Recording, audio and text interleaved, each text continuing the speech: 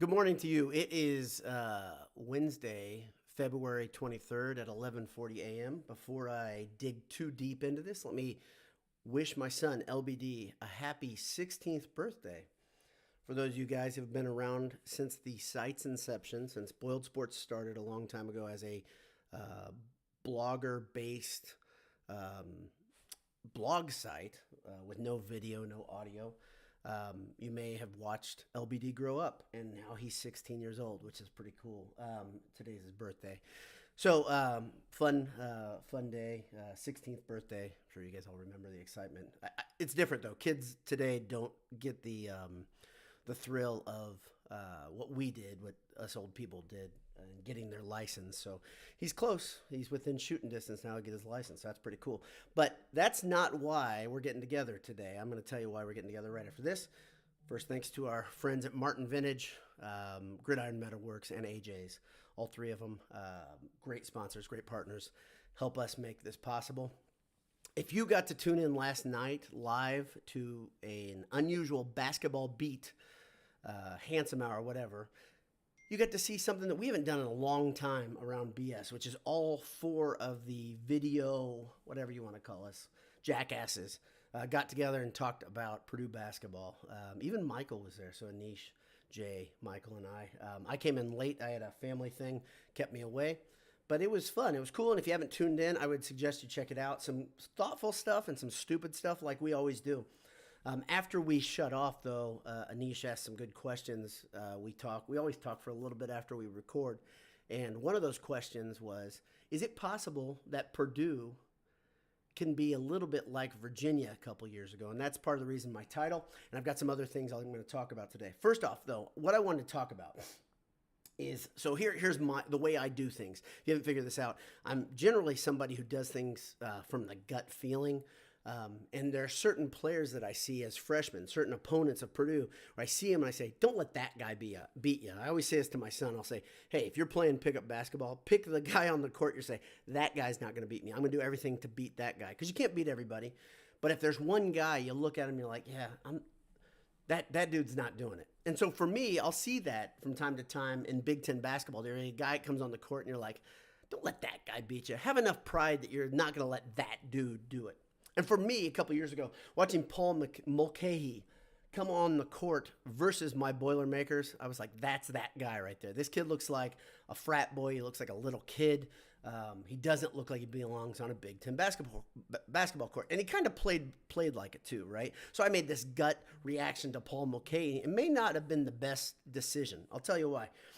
During Mulcahy's 3-year career at Rutgers, we've seen this kid go from 3.7 points per game to 9.3 points per game, and go from two assists a game to 5.5. And now you even have Matt Painter saying that guy's probably going to play in the NBA. That's pretty crazy. He's grown up a lot. Okay, I'll give you an example of another guy that I'd say, don't get beaten by that guy. And we're not this deep into his career. Trey Galloway at IU. He started his career. He averaged decent, 5 points a game last year for a bad 3.6 points a game last year for a bad IU team. And this year he's up to 6.1. He has 1.7 assists this year. But when I saw both of those guys play, my gut reaction was just based on what I saw. Like, Mulcahy looks like a kid. He looks like a kid that I used to play intramurals against at Purdue. I'm like, yeah, that pretty boy with the floppy hair. Don't let him beat you. And then Galloway, I always said he looks like he has lip gloss on. He had Farrah Fawcett hair last year. He's starting to grow up a little bit. He plays like I think we want Purdue players to play. It's tough to watch these guys that grow up that become something that they don't look like they're ever going to be, but it's kind of happened pretty quick in Galloway's case. And Mulcahy, it took a little while. And now you see that guy's a difference maker for Rutgers, a program that really plays hard basketball. It's weird because you look like they are so close. So close. Even Painter says that's one of the best teams in the Big Ten. Got great guard play, and he's one of the reasons there. They've got really good big men. They've got a defensive identity. That's a good team. So my whole thing, when I looked at why I was going to do a quick cast today, number one is to say, point back at the basketball beat or handsome hour that you should tune into if you haven't. But the second thing was to say, Judge these guys at your own peril. Obviously, we're just fans. We're not coaches. We're not players. If you're tuning in, you're probably not a coach or a player. But as a fan, you may end up eating your words if you're anything like me and you're bombastic and you're opinionated and you just kind of spout off, which I love to do. Mulcahy is a pretty damn good basketball player. And we're going to see this happen over and over. When a kid comes on campus, I think Purdue's going to have one or two of these guys next year that opponents can play them down at their own peril. It's a bad idea because, man, these guys can grow up in a hurry. If they're coached well and they're driven, which both of those players specifically are, mercy, they can be different guys by the time they get here. Now let's compare and contrast that to a guy like Eric Hunter. Eric Hunter looked like he was thin as a freshman, but he was ready right out of the box to be a Big Ten basketball player, and he's been relatively consistent. Jaden Ivey obviously looked the part as a freshman because he had big, strong shoulders, long arms, great athleticism. Not everybody can be that way. Not everybody's that blessed to be that way, right? We've watched Zach Edey bulk up a little bit. We've watched Trey Williams thin down a little bit, and he's become a basketball player. I think a lot of people may have said, like me, I think I called him Little Biggie. I thought that would be a good nickname. It didn't stick. But he kind of looked like Swanigan in that he was a little soft in the middle. But he's become a different player. He's a lot like... what's his name? From Michigan State. I'm sure you guys who are watching live might know who I'm talking about, but my brain's fading. That's the first thing I wanted to say. Second thing, okay, Anish brought up an interesting discussion point, and I will put this out there for everyone and just see what you guys think. Because I don't know if I necessarily agree with this, but is it possible for Purdue to do a little bit like a University of Virginia light kind of NCAA tournament turnaround? Last year, Purdue was a number 4 seed, and they got North Texas. And everybody remembers that game in the NCAA tournament because whenever I think a 1 through 4 seed loses in the first round, it gets the attention of the media. It gets the attention of the casual fan or the fan who's there not for that team, right? Everybody notices. Obviously, when Virginia did it, they made history because no 16 had ever beaten a 1. And Virginia was the number 1 team almost the entire year that year. The next year, Virginia, of course, turned around, ripped Purdue's heart out, ripped my heart out as LBD and I watched the game live in Louisville, and went on to win a national championship. Went to the Final Four in Minneapolis and won the national championship. Now, is it possible for this Purdue team to become this year's version of Virginia? Well, it's a good question. It's one that makes you think, and I think that was Anish's whole point. Is that something that we could compare? Well, we don't know what Purdue's becoming, number one. I've told you my thoughts based on analytics and what my eyeball test is of this Purdue team. Are they what we thought they were back in December? I don't know if they are. I don't know if they're a Final Four team. They've got to do some things a lot better. And like I said last night in the basketball beat, they've got to get everybody playing their best basketball at the same time to really make a run through the tournament, in my opinion. They've got to do some big things. We all kind of sounded off on that scenario. Jaden Ivey's good enough to gloss over a lot of the problems, but this is something Jaden Ivey has to be a part of the solution defensively, specifically for Purdue to get better. Now, it's not that much of a turnaround as Virginia going from 16-1 to national champ as it would be Purdue losing in the opening round to North Texas to merely getting to a Final Four. I think that's what most Purdue fans think, that getting to a Final Four is really that's the place where we just want to see Purdue and Matt Painter's program take the next step. They got through the glass ceiling of the final of the Sweet 16, and he got to the round of 8. And the next logical step, of course, is getting to the Final Four. I've said for a long time, I don't expect Purdue to ever win a national title. And the reason I don't is I think when you get to that round of 4, now you're playing teams that they're literally pros. Let's be really honest. The way Kentucky runs its program is a lot different than Purdue's. I really believe that. You can call me a fool if you want. That's okay. But they run their program not like a bunch of kids that have to go to class and hold a standard.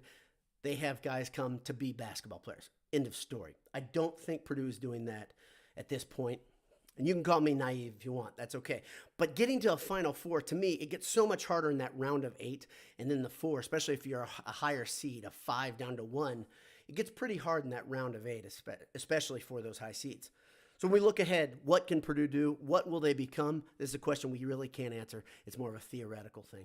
But thanks for tuning in. You can sound off below in the comments. You can do it in Twitter. We appreciate the discussion. Look forward to hearing your thoughts. I've got one person on live, my buddy Chris Harder. said it's wild to think that BS has been around that long for 16 years. So we've been around just under 16 years, like 15 and a half years. And it is wild to think about that, Chris. I agree. And one of the things that's really cool about that is, if you know the history, the reason we did it because it was an email thread with a group of us from college. There were three of us who started it: Jay, our buddy Tim, and myself. And we started Boiled Sports because we were like, okay, this would be a place for us to meet instead of having this stupid email thread. Back then, blogs were kind of cool and kind of new. And so this was a nice place to meet. A friend of mine, another friend named Mark, and if you go into, I think the frequently asked questions are about or something, he gave us 3 weeks or 3 months or something before we'd fold shop and get rid of the site. Well, we're still chugging around along, and we're still independent. We don't have a big network. We chose not to do that a couple times because we don't want to obviously be forced to commit to bringing in content at a certain rate. You can see it's kind of tough. Obviously, Jay, Anish, Dave, and Michael all have things that pull them away. I've been a contractor. I'm a contract shoe designer. I've been this way my entire since before Boiled Sports started. I've been a guy who works out of my own home, so it's a lot easier for me to produce content. I think those guys have grown-up jobs, but they simply can't do stuff. They can't produce content. And I can. And so it's been a little bit easier. If you went on a network, they'd say you have to produce this day, this day, this day. You have to use these tags. You have to do your headlines this way. You have to do your photos this way. We didn't have any part of that. And this is still something we want to do, like I said, of catharsis, of dealing with losses, enjoying wins, enjoying the company of each other afterwards has been kind of a nice byproduct. But that's why the site has existed for 15 and a half years. Pretty cool to still be a part of something, and even cooler to be the dad of a 16-year-old, of course. So Luke has a comment. If Hunter continues to be a reliable option when the rest of the offense clogs up, I think it really helps Purdue avoid an upset in the tourney. Completely agree, Luke. And if you look back to a year ago, Hunter was struggling with that and really struggling with understanding his role on offense. I think he's got it now. Jay talked about this last night, that if Hunter will just say, okay, when there's nothing there, I drive to the basket, try to draw a foul or dish it. He's got great vision. He's a smart basketball IQ guy, and he's got enough skill to get that stuff done around the hoop, to go up, make a layup, or dish it out, or draw a foul. He's not obviously physically big to take a lot of contact and make the shot, but he's got a pretty decent skill set to make Purdue's offense better than it was obviously earlier in the season, which is interesting. When they were so deep, they were different. Right now, they're relying heavily on Hunter's ability to drive the ball and kick out or make layups, make plays, make every now and again make the three when he's open, that sort of thing, like Isaiah Thompson was early in the season. He's not being leaned on as much at this point. So, yeah, I agree. I think that rounds out the offense really well. And Hunter is the best on-ball defender, no question, for me, on this team, and that's absolutely imperative for Purdue's success as they go along. So thanks for tuning in today. Appreciate it. Like I said, check out the basketball beat that we recorded. It's long. You can break it up into 2 if you want. I think it's worthwhile just to join the conversation and maybe think a bit about some of the stuff we talk about. I think that's the great thing about our site, and when we all can get together, is it's really like a bunch of pals getting together and just talking about the game, which is always good and fun, and we appreciate you joining us and going along for this ride. Let's not forget, this isn't every year we get to have a team like this. I think Purdue's program, we talked a bit about this, is going through a transition of maybe taking the next step, but this is a damn fun product we get to be a part of as Purdue fans. And watching a top 5 team all season has been fun, and you kind of have to enjoy the journey if nothing else. As an old guy, as a 46-year-old, I've watched a lot of Purdue basketball, and there haven't been a lot of teams that have been this good during the regular season. Obviously, a cap of a great tournament run would make a big difference, but if nothing else, just living in the now and today and enjoying this Purdue team for what they are, that's got to be worth something. Join the discussion. We appreciate you being here. So have a great day. God bless you. Hammer down. We'll talk to you soon. See ya.